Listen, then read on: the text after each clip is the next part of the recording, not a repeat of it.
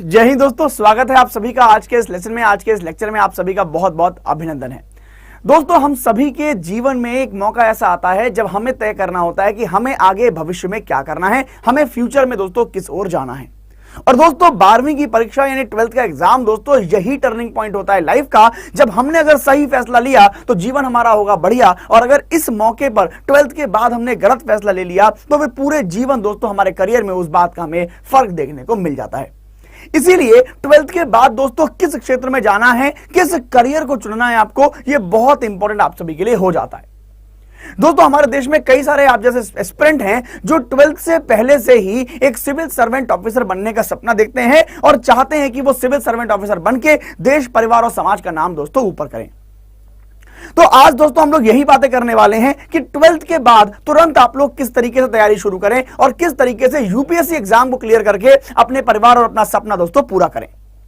दोस्तों कई सारे सवाल मन में रहते हैं कि अगर हमें यूपीएससी की करनी है प्रिपरेशन तो किस तरह के कोर्सेज में हम जाएं, किस तरह का कोर्स हम चूज करें या कैसे प्रिपरेशन करें, क्या पढ़ें, क्या आता है एग्जाम में, एग्जाम कैसा होता है, कितने चांसेस हैं एग्जाम क्लियर होने के, कितना टाइम लगता है एग्जाम होने में और कब ये एग्जाम होता है। ये बहुत सारी दोस्तों हमारे मन में कंफ्यूजन रहते हैं। तो आज उन सभी की बात करेंगे दोस्तों, और बिल्कुल जीरो से आप कैसे तैयारी करें अपनी शुरू, जिससे पहले ही अटेम्प्ट में आपका क्लियर हो जाए, वो आपको आज मैं बताने वाला हूं।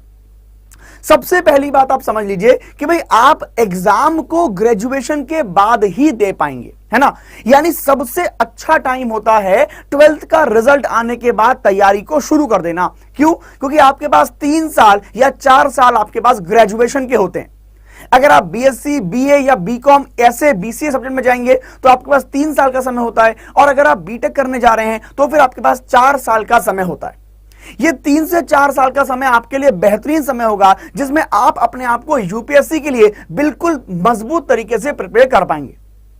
दोस्तों बिल्कुल यहां पे बिल्कुल हर्ष जी हमारे साथ जुड़ चुके हैं, एक्सपर्ट जी जुड़ चुके हैं। आप सभी का यहां पे बहुत बहुत स्वागत है। बिल्कुल ये सभी हम लोग जो पढ़ रहे हैं, ये सभी हम लोग देखेंगे यूपीएससी एग्जाम की किस तरह से तैयारी करी जाए 12th के बाद और कहां से शुरुआत करी जाए, वो सारी बातें आज मैं आपको दोस्तों बताने वाला हूं, ठीक है ना। तो सबसे पहले आप एक बात समझिए कि एग्जाम ये होता कब है, एग्जाम कौन कराता है या किस तरीके से होता है, तब मैं आपको सारी चीजें बताता हूं। देखिए अगर दोस्तों यहां पे बात करें हम लोग तो एग्जाम की अगर बात करें तो अभी 2023 की यहां पे डिटेल है। हालांकि आप सभी का अभी 12th अगर इस बार हो रहा है या जब भी होगा तो उसके अगले बार हम लोग करेंगे तैयारी, हम लोग अगली बार से तैयारी शुरू करेंगे। फिलहाल आप समझिए कि एग्जाम होता कब है। ये एग्जाम देखिए जो नोटिफिकेशन है ना, एग्जाम का नोटिफिकेशन जो है वो हर साल दोस्तों फरवरी महीने में आ जाता है। जैसे कि 2023 का जो एग्जाम होगा यानी अगले साल का जो एग्जाम होगा उसका नोटिफिकेशन फरवरी महीने में आ जाएगा, ठीक है। लेकिन आपको अपने अगले साल की देखनी है। मैंने बताया कि फरवरी में इसका क्या होता है, नोटिफिकेशन का आ जाता है, और इसके फॉर्म जो हैं, एप्लीकेशन जो हैं, वो दोस्तों फरवरी से ही क्या होते हैं, शुरू हो जाते हैं। यानी फरवरी में आपको इसका फॉर्म जो है वो भर देना होता है, और उसके बाद दोस्तों मई में इसका एग्जाम देखिए हो जाता है। मई महीने में इसका एग्जाम दोस्तों यहां पर हो जाता है, ठीक है ना। अब कहानी आपको यह समझनी है कि अपना जो यूपीएससी का एग्जाम होता है, इस यूपीएससी एग्जाम में 3 फेज दोस्तों हो जाते हैं। 3 फेज में पहला होता है प्रीलिम्स एग्जाम, दूसरा होता है मेंस का एग्जाम, और उसके बाद दोस्तों रहता है हमारा इंटरव्यू का एग्जाम, ठीक है। ऐसे 3 फेज यहां पे दोस्तों होते हैं। इन 3 फेजों को हमें क्लियर करना होता है और उसके बाद हमें कैडर दोस्तों मिलता है। उसके बाद हम आईएएस, आईपीएस, आईआरएस और डिफरेंट दोस्तों पोस्ट यहां पर ले सकते हैं और देश और समाज की सेवा दोस्तों कर सकते हैं, अपने करियर को भी यहां पे बिल्ड कर सकते हैं, ठीक है ना। तो आज जानेंगे दोस्तों कि यूपीएससी की तैयारी आफ्टर 12th आप कैसे करें, ठीक है। सबसे बड़ी बात आप समझिए कि यूपीएससी एग्जाम की तैयारी करने के लिए आपको अपना एक चीज मजबूत करना होगा, और वो है दोस्तों विल पावर। जी हां, विल पावर आपको मजबूत करना होगा, क्योंकि दोस्तों यूपीएससी एग्जाम को एशिया का टफेस्ट एग्जाम माना जाता है, और इसीलिए उसके लिए आपको बेहतरीन तैयारी के तरीके आपको अपनाने होंगे। ऐसा नहीं है कि यहां पे अंधाधुंध आपको पढ़ाई करनी होती है, नहीं, यहां पे आपको स्मार्ट तरीके से और सही चीजों को पढ़ना होता है। अगर आपने स्मार्ट तरीके से सही चीजों को पढ़ लिया तो फिर दोस्तों आपकी तैयारी में कोई कमी नहीं रहेगी और आपका एग्जाम पहले अटेम्प्ट में दोस्तों निकल जाएगा, ठीक है ना। बिल्कुल सारी बात करेंगे। अजय कुमार जी बीए करने वाले हैं, उनसे भी बात करेंगे, वो क्या सब्जेक्ट लें, अपना ग्रेजुएशन में क्या चीज करें, वो भी बातचीत करेंगे, उन सबकी बातचीत हम पूरी करेंगे, ठीक है ना। सबसे पहली दुविधा जो आपके दिमाग में होती है उसको मैं दूर कर दूं कि यूपीएससी की तैयारी अगर आपको 12th के बाद करनी है तो आप स्ट्रीम कौन सा चूज करें, क्या बीटेक चूज करें, बीएससी चूज करें, बीए चूज करें, ऐसा कुछ भी जरूरी नहीं है। आप कोई भी स्ट्रीम चूज कर सकते हैं। अगर आपको तैयारी करनी है यूपीएससी की तो स्ट्रीम से आपको बिल्कुल भी डरना नहीं है। आप जो चाहें वो कर सकते हैं। आप बीएससी कर सकते हैं, आप बीए कर सकते हैं, बीसीए कर सकते हैं, बीटेक कर सकते हैं, बीकॉम कर सकते हैं। सभी स्ट्रीम करने के बाद भी आप दोस्तों अपना यूपीएससी एग्जाम दे सकते हैं, क्योंकि यूपीएससी एग्जाम में केवल एलिजिबिलिटी होती है ग्रेजुएशन की। अगर आपके पास ग्रेजुएशन की डिग्री है तो आप दोस्तों क्या कर सकते हैं, यूपीएससी एग्जाम को दे सकते हैं। ठीक है ना। अब अपने ग्रेजुएशन के 3 साल दोस्तों आपको किस तरीके से तैयारी करनी है वो मैं आपको समझा देता हूं। ठीक है ना। चलिए, बिल्कुल बीएससी मैथ्स भी अच्छा होता है, बीएससी मैथ्स भी आप कर सकते हैं यहां पर, है ना। मैंने बताया ना कि कोई भी स्ट्रीम आप यहां पे चूज कर सकते हैं, किसी भी स्ट्रीम में जहां आपका इंटरेस्ट है वो आप लोग चूज कर सकते हैं। मैं ऐसा इसलिए कह रहा हूं क्योंकि आप अपने इंटरेस्ट में अगर जाएंगे, जहां आपका मन लगता है पढ़ने में, वो स्ट्रीम चूज करेंगे तो वही दोस्तों आपके ऑप्शनल में काम में आएगा। मैं आगे के अभी लेक्चर में आपको समझाऊंगा कि किस तरीके से मैं बात कर रहा हूं और किस तरीके से आपको तैयारी यहां पे शुरू करनी है। तो सुनिए दोस्तों, यूपीएससी की अगर आपको तैयारी करनी है तो आपको अपनी 2 चीजें बहुत बेहतरीन करनी होंगी। सबसे पहला, करंट अफेयर। अपने यूपीएससी में करंट अफेयर दोस्तों बहुत ज्यादा आता है। तो पहले एक बार एक काम करते हैं, मैं आपको यूपीएससी एग्जाम का पूरा पैटर्न यहां पे समझा देता हूं कि एग्जाम में क्या क्या चीजें आती हैं और हमें किस तरीके से पढ़ाई करनी होती है। एक बार आपको पैटर्न समझ में आ जाएगा तो मैं आपको अच्छे से बता पाऊंगा कि भाई कहां से आप पढ़ें, किन बुक से पढ़ें, किन टॉपिक्स को पढ़ें और कितने घंटे अपनी पढ़ाई को आप वहां पे दें। ठीक है ना। बिल्कुल मोना सिंह जी, ललन सिंह जी, मैं बिल्कुल जीरो से आपको बताऊंगा आज की कैसे तैयारी आपको करनी होती है। ठीक है ना। चलिए, तो सबसे पहले आप देखिए, अगर हम लोग बात करें यहां पर देखिए पेपर्स की, अगर हम लोग यहां पर बात करें पेपर्स की तो यहां पर मैंने आपको बताया ना कि 3 पेपर हमारे होते हैं, प्रीलिम्स, मेंस और इंटरव्यू। इस तरह के 3 एग्जाम दोस्तों हमारे यूपीएससी एग्जाम में लिए जाते हैं और इन तीनों एग्जाम को हमें यहां पर क्लियर दोस्तों करना होता है।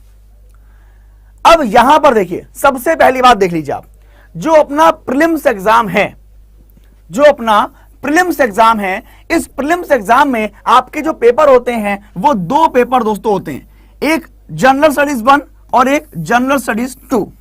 सबसे पहले बात समझिए, जो अपना प्रीलिम्स का एग्जाम है, उस प्रीलिम्स के एग्जाम में आपके जो पेपर हो रहे हैं वो दोस्तों 2 हो रहे हैं। एक पहला जनरल स्टडीज 1 और दूसरा हो रहा है जनरल स्टडीज 2। पहले पेपर में आपके 100 क्वेश्चन आते हैं जो टोटल 200 नंबर के होते हैं। इनको 2 घंटे का टाइम मिलता है। निगेटिव मार्किंग यहां पे 1/3 की होती है। 1/3 का मतलब यह है कि अगर आपने 3 क्वेश्चन करे गलत तो आपके 4 क्वेश्चन के नंबर कट जाएंगे। समझ गए, ऐसा कुछ करके होता है। 1/3 यहां पे होता है। ठीक है। अच्छा, निगेटिव मार्किंग के बाद अगर देखें, पेपर हमारा कैसा होता है, ऑब्जेक्टिव होता है। प्रीलिम्स का जो पहला पेपर है वो कैसा होता है, ऑब्जेक्टिव प्रकार का होता है, यानी वहां पे आपको विकल्पों में से एक विकल्प चूज करना होता है। ठीक है। दूसरा, ये दूसरा पेपर जो होता है ये कैसा है, ये सी सेट का है, यानी इसमें जनरल एप्टीट्यूड दोस्तों आपसे पूछा जाता है। इसमें कैसे होंगे, नंबर ऑफ क्वेश्चन 80 होंगे, 200 नंबर के होंगे, 2 घंटे का पेपर होगा और यहां पर भी निगेटिव मार्किंग दोस्तों होती है और ये भी दोस्तों ऑब्जेक्टिव प्रकार का होता है। ठीक है ना। ये दोनों पेपर हमारे प्रीलिम्स एग्जाम का हिस्सा है, जो आपको समझ में आ गया। अब खास बात यह है कि जो अपना जीएस का पहला पेपर है ये स्कोरिंग पेपर होता है, यानी इसमें आपको स्कोर करना होता है मैक्सिमम, अच्छा स्कोर करना होता है, क्योंकि यहां से ही आपके दोस्तों मेंस के लिए मेरिट बनती है। लेकिन जो ये वाला सी सेट का पेपर है इसमें दोस्तों आपको स्कोर नहीं करना होता, बल्कि यहां पे केवल 33% मार्क्स लाने होते हैं। इसमें आपको जनरल एप्टीट्यूड के क्वेश्चन मिलेंगे, इसमें आपको रीजनिंग मिलेगी, इसमें आपको कॉम्प्रिहेंशन मिलेगा। तो इस वाले पेपर में केवल आपको 33% नंबर लाने हैं, इससे ऊपर नंबर नहीं लेके आने हैं। आ भी गए तो भी उसका कोई फायदा नहीं होने वाला। तो 33% केवल नंबर लाने होते हैं सेकंड पेपर में। ठीक है ना। प्रीलिम्स के सेकंड पेपर में केवल 33% नंबर आपको लाने होते हैं, जबकि पहले पेपर में क्या करना पड़ता है, स्कोर करना पड़ता है। सही ना। तो ये हमारा दोस्तों प्रीलिम्स का पूरा पैटर्न जो है वो रहता है। ये आपको पूरी बात यहां पे समझ में आ गई होगी। प्रीलिम्स का पैटर्न यहां पे रहता है, ये आपको पूरी बात यहां पे समझ में आ गई होगी। सुमित यादव जी, बिल्कुल सब्जेक्ट बता रहा हूं मैं आपको, हर जी बुक्स भी बताऊंगा मैं आपको भी कौन से बुक से आपको पढ़ना होता है। पहले मैं आपको पैटर्न समझा रहा हूं। इसके बाद देखिए, अगर हम मेंस की बात करें, ये अपना पूरा मेंस का एग्जाम हो गया। ठीक है ना। ये अभी तक हम बात कर रहे थे प्री एग्जाम की। प्री एग्जाम में 2 पेपर थे, जनरल स्टडीज 1 और जनरल स्टडीज 2। जिसमें पहले पेपर में आपको स्कोर करना था मैक्सिमम और दूसरे में आपको केवल 33% लाने थे। दोनों ही पेपर हमारे ऑब्जेक्टिव प्रकार के थे। अब मेंस का एग्जाम देखते हैं। तो मेंस में अपना होते हैं दोस्तों 9 एग्जाम, ठीक है ना। मेंस में कुल मिला के 9 एग्जाम होते हैं और ये 9 के 9 एग्जाम जो होते हैं ना, ये डिस्क्रिप्टिव दोस्तों होते हैं। डिस्क्रिप्टिव दोस्तों होते हैं, यानी ये वर्णनात्मक होते हैं, वर्णनात्मक होते हैं, है ना। इसका मतलब क्या है कि यहां पर आपको दोस्तों लिखना पड़ता है, लॉन्ग आंसर्स लिखने पड़ते हैं। उन लॉन्ग आंसर्स के फॉर्म में आपको आंसर देना होता है, ठीक है ना। कैसे कैसे होते हैं? सबसे पहला पेपर होता है आपका कंपलसरी इंग्लिश इंडियन लैंग्वेज। इसमें आप कोई भी एक इंडियन लैंग्वेज चूज कर सकते हैं, जैसे कि हिंदी आपने चूज कर लिया, अंग्रेजी चूज कर लिया। इस तरीके से एक दोस्तों यहां पर क्या कर सकते हैं, आप लैंग्वेज को चूज कर सकते हैं। दूसरा यहां पेपर होता है इंग्लिश का दोस्तों, जो कंपलसरी पेपर है। ये दोनों ही पेपर दोस्तों कैसे होते हैं, क्वालिफाइंग होते हैं, यानी यहां दोनों में आपको 33% नंबर लाने होते हैं इन दोनों ही पेपर में। दोनों ही पेपर दोस्तों 300 नंबर के होते हैं और इन सबके लिए 3 घंटे का समय अपने को मिलता है, ठीक है ना।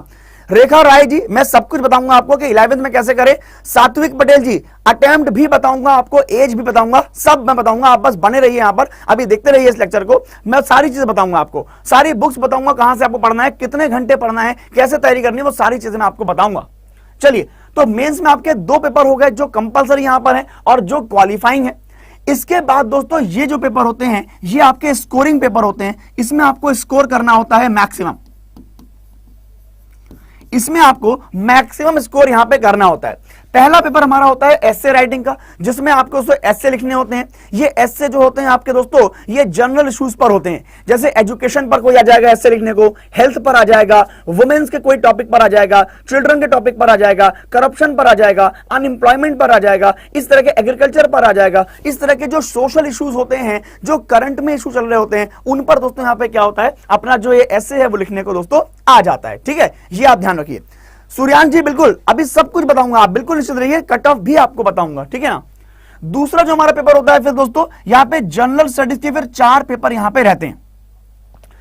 अगर इन पेपर्स की बात करें तो GS 1 का जो पेपर है, इसमें दोस्तों आपका हिस्ट्री, ज्योग्राफी और सामाजिक क्वेश्चन दोस्तों यहां पर पूछे जाते हैं।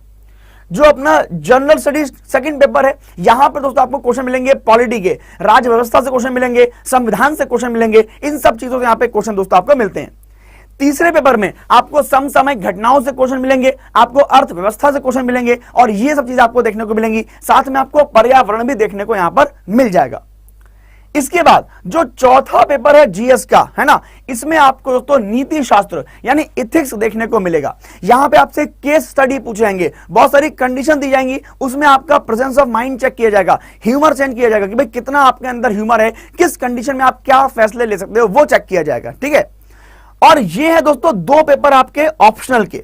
ये ऑप्शनल के पेपर जो है ना दोस्तों, यही मैं कह रहा था आपसे कि स्ट्रीम में आपको फायदा करेंगे। अब ये ऑप्शनल पेपर आप चूज कर सकते हैं जिसमें भी आपको इंटरेस्ट हो, history, geography, polity, economics, mathematics, physics, botany, chemistry, जो भी आप चाहें वो यहां पे चूज कर सकते हैं। कुल मिला के 50 से भी ज्यादा ऑप्शन हमारे पास रहते हैं। उन 50 से भी ज्यादा ऑप्शन में से हम एक ऑप्शनल सब्जेक्ट अपना चूज कर सकते हैं, जिसके 2 पेपर हमें यहां पे दोस्तों देने होते हैं। ये पूरी बात आपको समझ आ रही है। अब आपकी स्ट्रीम चाहे कोई भी हो, अगर आप BA से हैं तो BA में जो भी आपके सब्जेक्ट रहे होंगे, हिस्ट्री, पॉलिटी, ज्योग्राफी, वो आप यहां पे लेके आ सकते हैं। अगर आप BCom कर रहे हैं तो आप कॉमर्स को अपने ऑप्शनल की तरह चूज कर सकते हैं। अगर आप BTech कर रहे हैं किसी ब्रांच में तो उस ब्रांच के सब्जेक्ट को आप यहां पे यूज कर सकते हैं। अगर आप दोस्तों मान लीजिए BCA कर रहे हैं तो कंप्यूटर साइंस को आप चूज कर सकते हैं। अगर आप मान लीजिए BSc कर रहे हैं तो फिजिक्स, केमिस्ट्री, बायो में से कोई सब्जेक्ट यहां पे ऑप्शनल के रूप में चूज कर सकते हैं। बट ऑप्शनल के रूप में चूज हमें वो करना है जिस पर हमारी पकड़ हो, क्योंकि ये ऑप्शनल दोस्तों पूरे 500 नंबर का होता है। यानी इसमें अगर हमारी पकड़ अच्छी होगी ना तो हमारा स्कोर बहुत ज्यादा अच्छा यहां पे बन सकता है, ठीक है ना। ये पूरी बात आपको समझ में यहां पे आ रही है। अब दोस्तों आपको यहां पर प्रीलिम्स समझ में आ गया, मेन समझ में आ गया। इसके बाद दोस्तों अपना जो होता है वो सीधे इंटरव्यू का पोर्शन होता है, ठीक है। इस इंटरव्यू में दोस्तों आपसे 175 नंबर का 275 नंबर का इंटरव्यू होता है और यहां इंटरव्यू क्वालिफाई करना जरूरी दोस्तों होता है। फिर आपकी जो मेन मेरिट है वो दोस्तों मेंस और इंटरव्यू के मार्क्स से बनती है, प्रीलिम्स के मार्क्स से नहीं बनती है, ठीक है ना। चलिए, तो ये आपको पूरा पैटर्न यहां पे समझ में आ गया कि एग्जाम का पैटर्न क्या रहता है। प्रीलिम्स का मैंने आपको बताया, प्रीलिम्स में 2 पेपर आपके रहते हैं, GS1 और GS2, और उसके बाद मेंस में आपको मैंने बताया कि पूरे 9 पेपर रहते हैं। ये सारे डिस्क्रिप्टिव पेपर यहां पे दोस्तों हो जाते हैं। तो पैटर्न आपको समझ में आ गया। अब दूसरी बात कि यहां पे कट ऑफ कितनी जाती है। तो कट ऑफ दोस्तों मैं आपको बताता हूं, देखिए भाई सिलेबस बहुत ज्यादा है, लेकिन कट ऑफ हमारी कभी भी दोस्तों 50% से ऊपर नहीं होती है। अगर प्रीलिम्स की बात करें तो प्रीलिम्स का 200 नंबर का पेपर होता है, 200 में से 100 नंबर तक कट ऑफ जाती है जनरल की, चाहे वो 98 जाए, 94 जाए, 96 जाए, 100 से ऊपर दोस्तों इक्का दुक्का कभी गई होगी तो गई होगी, वरना नहीं जाती है। इसी प्रकार जो मेंस में बच्चे नंबर लेके आते हैं, तो मेंस एग्जाम में भी दोस्तों जो स्टूडेंट है, जो एस्पिरेंट है, वो 50% मार्क्स तक कैरी कर पाते हैं, 50% से ऊपर दोस्तों नहीं ला पाते। यानी अगर हम देखें तो हमें तैयारी दोस्तों करनी है, अपनी तैयारी को बढ़िया बनाना है और 50% मार्क्स लाने का अपने को पूरा टारगेट यहां पे सेट करना है। अगर 50% यहां पे आ गए तो इसका मतलब क्या है कि फिर वहां से अपने क्वेश्चन दोस्तों आराम से बन सकते हैं। समझ गए मेरी बात? अब ये पैटर्न हमें समझ में आ गया। अब अपने ग्रेजुएशन के 3 साल हम लोग कैसे इसमें इन्वेस्ट करें वो आप देखिए। तो सबसे पहली बात है कि अपना शेड्यूल दोस्तों जो है वो कम से कम 4 से 5 घंटे का बनाएंगे, ठीक है ना। अब देखिए ये पूरा सिलेबस भी मैंने यहां पे बताया हुआ है कि GS1 में क्या आता है, GS2 में क्या आता है, GS3 में क्या आता है, GS4 में क्या आता है, ये सब मैंने सिलेबस भी यहां पे बताया हुआ है। जो मैंने आपको बताया है वही देखिए यहां पर है। जो प्रीलिम्स का GS1 था उसमें क्या है, जनरल साइंस है, करंट इवेंट्स हैं, है ना, इंडियन एंड वर्ल्ड ज्योग्राफी है, इंडियन पॉलिटी गवर्नेंस है, ठीक है, जनरल इश्यूज और एनवायरमेंट इकोलॉजी है, इकोनॉमिक्स पूछी जाती है, साथ में हिस्ट्री ऑफ इंडिया पूछी जाती है। ये सब आपके प्रीलिम्स के GS1 में पूछी जाती है। प्रीलिम्स का जो GS1 था उसमें इन सबसे ऑब्जेक्टिव क्वेश्चंस होते हैं।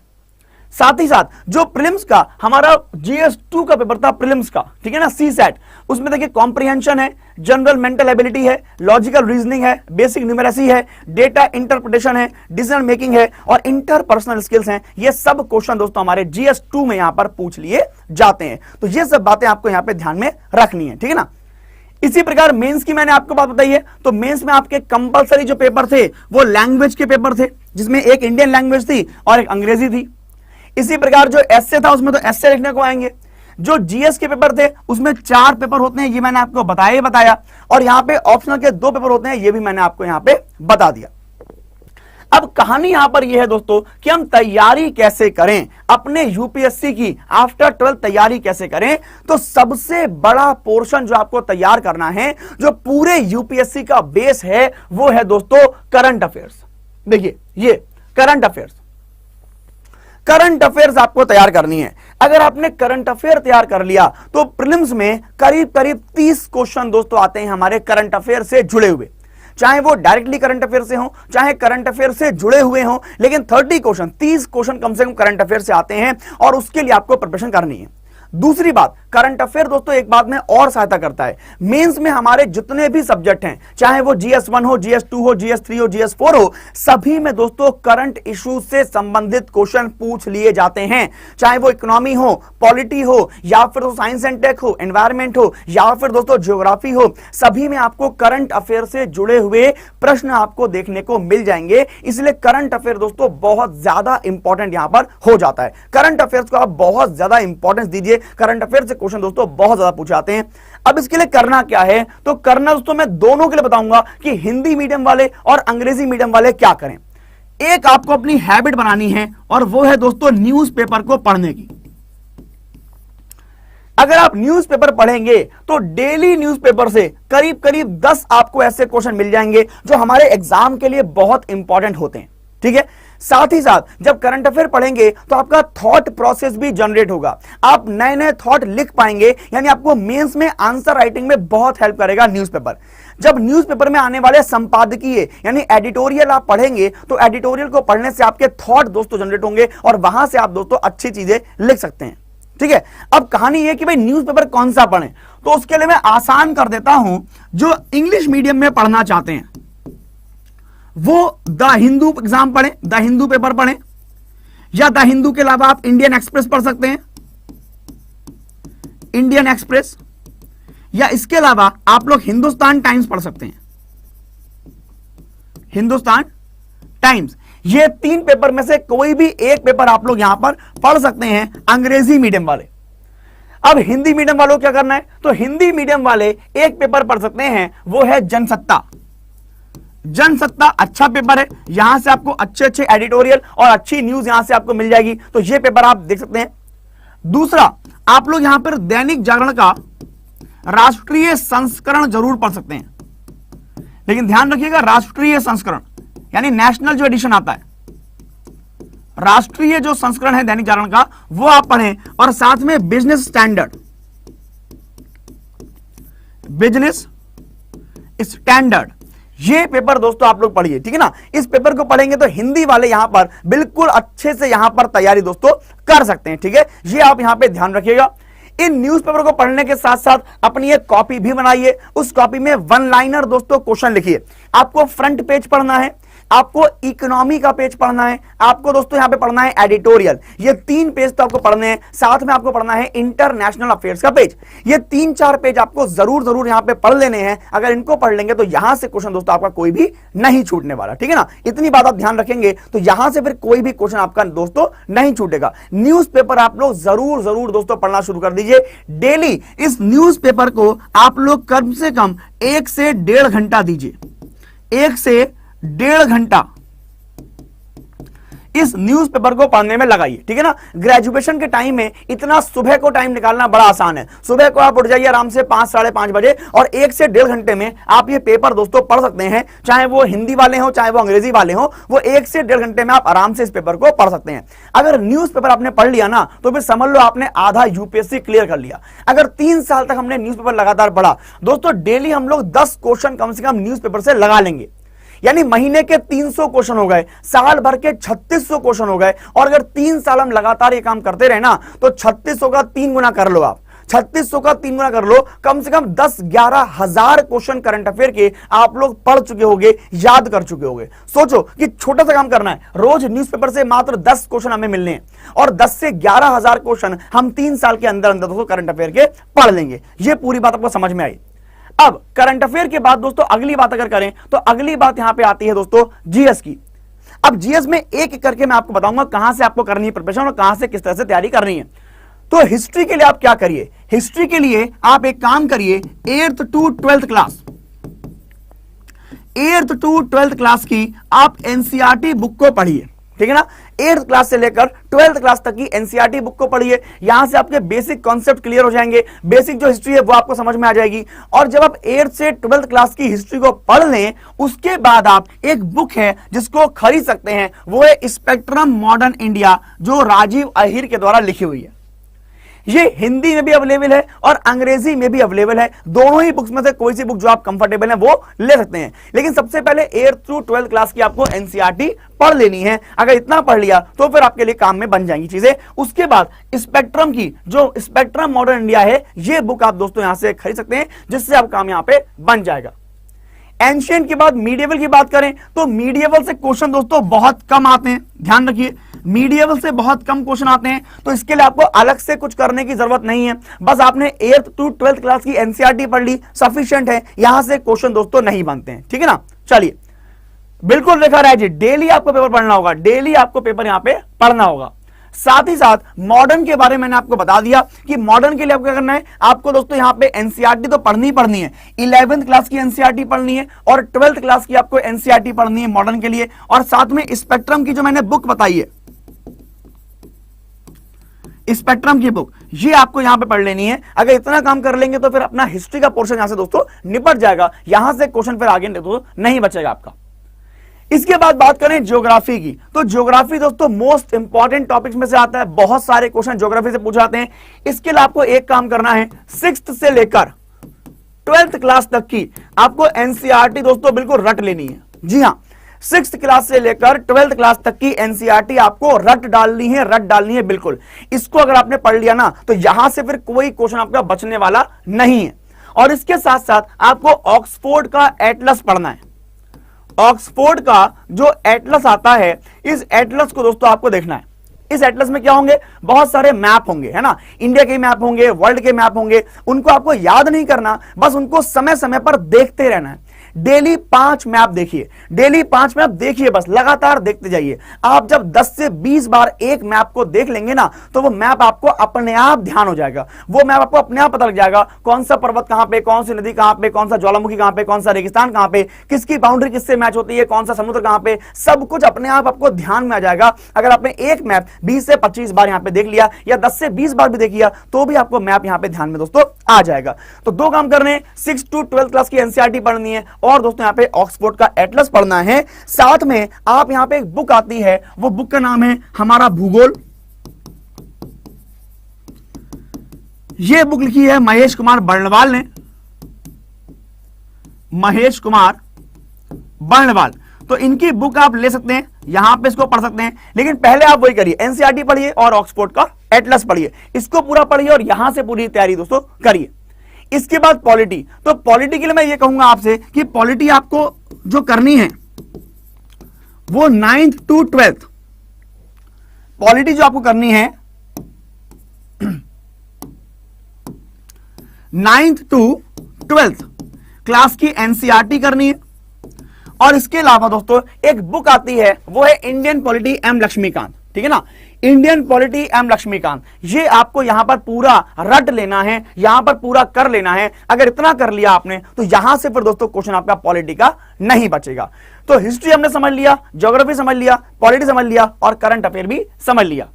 आगे बढ़े, इकोनॉमी की अगर बात करें तो इकोनॉमी के लिए मैं आपसे कहूंगा कि 11th और 12th क्लास की इकोनॉमी पढ़ें आप। 11th और 12th क्लास की आप एनसीईआरटी बुक पढ़ें। इसके साथ साथ दोस्तों आप एक बुक ले सकते हैं जो कि आती है इंडियन इकोनॉमी रमेश सिंह की। ये बुक आप यहां पर ले सकते हैं, इससे आप अपनी तैयारी को यहां पर शुरू कर सकते हैं और यहां पे पढ़ना शुरू कर सकते हैं। लेकिन मैं सभी से ये कहूंगा कि पहले आप एनसीईआरटी कोर्स को पढ़िए, ठीक है ना। जो ग्रेजुएशन का पहला साल है, उस पहले साल में आप सारी एनसीईआरटी बुक को पढ़िए और न्यूज़पेपर पढ़ना शुरू करिए, समझ गए। बाकी बुक को आप अगले साल लीजिएगा। जो ग्रेजुएशन का पहला साल है, उस पहले साल में आप सभी विषयों की जो एनसीईआरटी बता रहा हूं, इन एनसीईआरटी को पढ़िए, समझ गए। ये एनसीईआरटी बुक ही अपने आप में 30-35 बुक हो जाती हैं। इनको पहले पढ़िए, पूरे एक साल में आराम से पढ़िए और बढ़िया तरीके से इनको याद कर लीजिए पूरे एक साल में। फिर अगले साल जो मैंने आपको एडवांस्ड बुक बताई हैं, वो अगले साल ग्रेजुएशन के दूसरे वर्ष में लेके आइएगा एडवांस्ड बुक, ठीक है ना। उन एडवांस्ड बुक को आप पढ़िएगा अपने ग्रेजुएशन के दूसरे वर्ष में, ठीक है ना। और फिर तीसरे वर्ष में आप प्रीवियस ईयर क्वेश्चंस और मॉक क्वेश्चन करना शुरू कर दीजिएगा। तो जैसे ही आपका थर्ड ईयर का रिजल्ट आएगा, उसके तुरंत बाद आप पक्के हो चुके होंगे यूपीएससी एग्जाम निकालने के लिए, ठीक है ना। चलिए, बिल्कुल बिल्कुल बिल्कुल साइंस की बात भी करेंगे, साइंस की बात भी करेंगे। अब देखिए साइंस एंड टेक की बात करते हैं। तो यूपीएससी एग्जाम में दोस्तों थ्योरेटिकल साइंस नहीं पूछा जाता, या आते भी हैं क्वेश्चन तो एक दुक्का तिक्का क्वेश्चन आते हैं, ज्यादा नहीं आते हैं। यहां से साइंस एंड टेक जो है वो पूरा करंट से आता है। यानी अभी रिसेंट में साइंस में क्या अपडेट हुआ है, कौन सी नई तकनीक आई है, कौन सा नया स्पेस मिशन आया है, कौन सी नई डिफेंस टेक्निक आई है, यानी साइंस एंड टेक में क्या नया चल रहा है, वहां से क्वेश्चन दोस्तों पूछे जाते हैं। तो साइंस के लिए आप केवल एक काम करिए, अपनी जो एनसीईआरटी की बायोलॉजी की बुक है फर्स्ट ईयर और 12th की, उसे पढ़ लीजिए, वो काफी है। इसके अलावा एक बुक आती है मंथली विज्ञान प्रगति, विज्ञान प्रगति हिंदी में और साइंस रिपोर्टर इंग्लिश में, इसको आप लोग पढ़िए। साइंस रिपोर्टर जो है वो अंग्रेजी में है और विज्ञान प्रगति जो है हिंदी में, इनको आप लोग पढ़िए। यहां से आपको दोस्तों कोई भी क्वेश्चन फिर छूटने वाला नहीं है। अगर इतना पढ़ लिया तो यहां से कोई भी क्वेश्चन आपका फिर नहीं छूटने वाला, ठीक है ना। साइंस के लिए आप लोग ये काम दोस्तों कर सकते हैं। इस प्रकार से अपना सिलेबस यहां पे कंप्लीट दोस्तों आप कर सकते हैं और यहां से दोस्तों सारे क्वेश्चन आपके कंप्लीट हो जाएंगे। अब डेली पढ़ना कैसे है, तो डेली दोस्तों 5 से 6 घंटे का आप शेड्यूल बनाइए, ठीक है ना। यह शेड्यूल बनाना भी बहुत आसान है। सुबह उठ जाओ 5 बजे या 5:30 बजे उठ जाओ, ठीक है ना। अगर 5 या 5:30 बजे उठ गए तो 1 से 1.5 घंटा आप सुबह दे सकते हो आराम से, और इसमें न्यूज़पेपर को आप पढ़ लीजिए, ठीक है। शाम को जब घर पे आओ तो 4 से 5 बजे के बीच में, 4 बजे से 6 बजे के बीच में फिर से 1 घंटा पढ़ लो, और इसके बाद जब रात में खा पी के फ्री हो जाओ तो 8 बजे अपने आप को फ्री कर लो, और 8 से 11 बजे तक 3 घंटा आप यहां पढ़ लो। इस तरीके से आपने 5 से 5.5 घंटा दे दिया। सुबह 1.5 घंटा पढ़ लिया, 5:30 बजे उठ गए, ठीक है।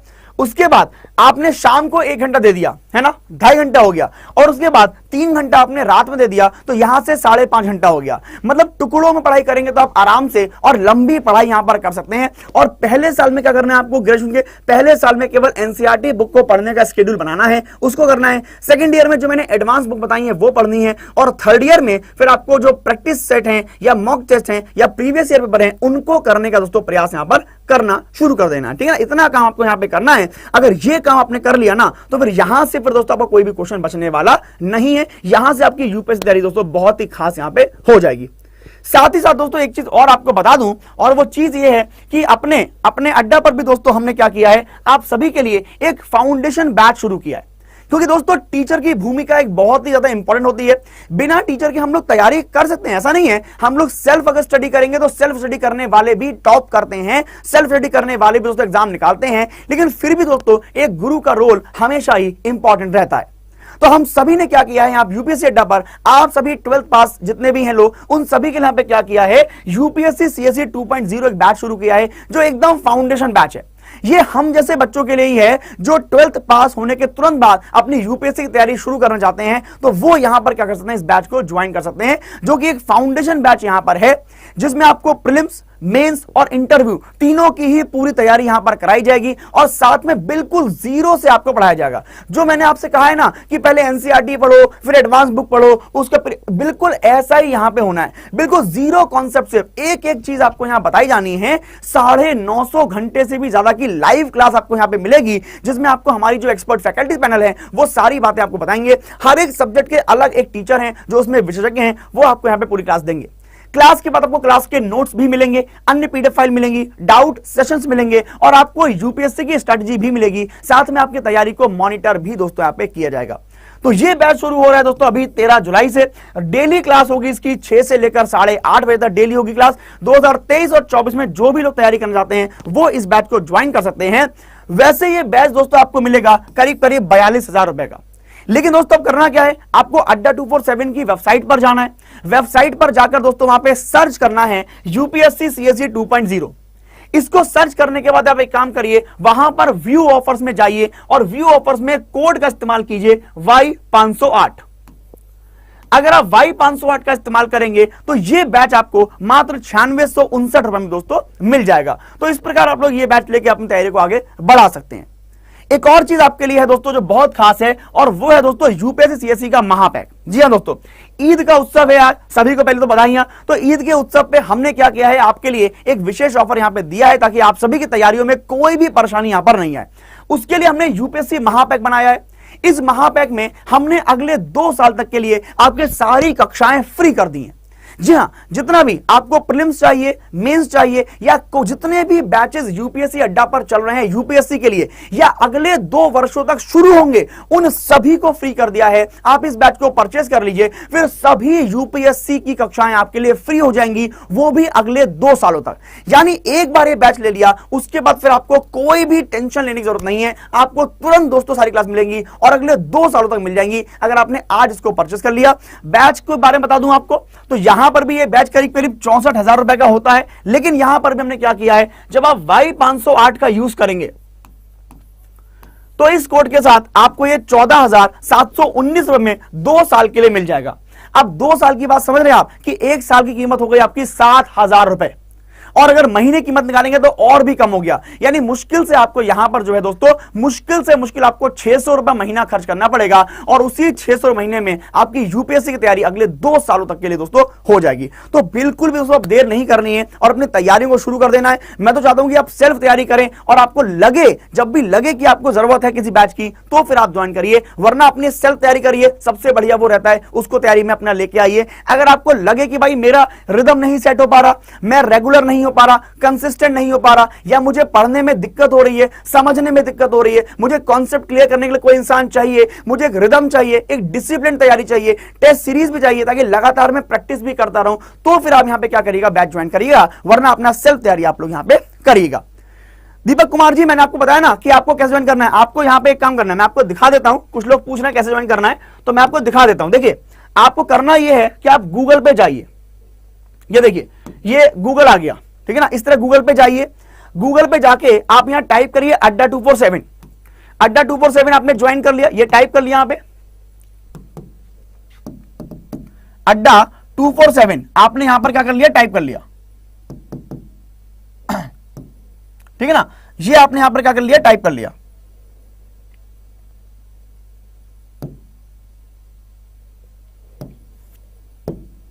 ठीक है, ये अड्डा 247 टाइप कर लिया। अब देखिए यहां पर खुल गया, तो पहली वेबसाइट ही खुल गई हमारी कंपनी की। अब ये वेबसाइट आपको खुल गई। अब यहां क्या करना है आपको, यहां सर्च में सर्च करना है यूपीएससी महापैक, यूपीएससी महापैक आपको यहां पे क्या करना है, सर्च दोस्तों कर लेना है। जैसे ही आप यूपीएससी महापैक सर्च करोगे तो यहां पर दोस्तों आपको महापैक मिल जाएगा, ठीक है ना, यूपीएससी सीएससी यहां पे महापैक आपको मिल जाएगा। देखिए यूपीएससी सीएससी महापैक आपको यहां पर देखने को मिल जाएगा। अब देखिए ये बैचेस यहां पे आ रहे हैं, तो जिस पे लिखा है डबल वैलिडिटी आपको इस पर क्लिक करना है। इस बैच पर क्लिक करेंगे तो यहां पे देखिए पूरी डिटेल आपको दिख रही है। 24 महीने के लिए बैच है, कुल मिला के 1500 घंटे से ज्यादा क्लास मिलेंगी, 570 वीडियो आपको मिलेंगी, 103 टेस्ट सीरीज मिलेंगी, 14 ई बुक्स भी आपको मिलेंगी और तमाम तरह की पूरी डिटेल यहां पे लिखी हुई है। साथ में देखिए यहां पर क्या है, ये देखिए व्यू ऑफर्स लिखा हुआ है, यहां पर व्यू ऑफर लिखा हुआ है। इस व्यू ऑफर पर क्लिक करना है और व्यू ऑफर पर क्लिक करने के बाद यहां पे आपको Y508 दोस्तों कोड यूज करना है, Y508।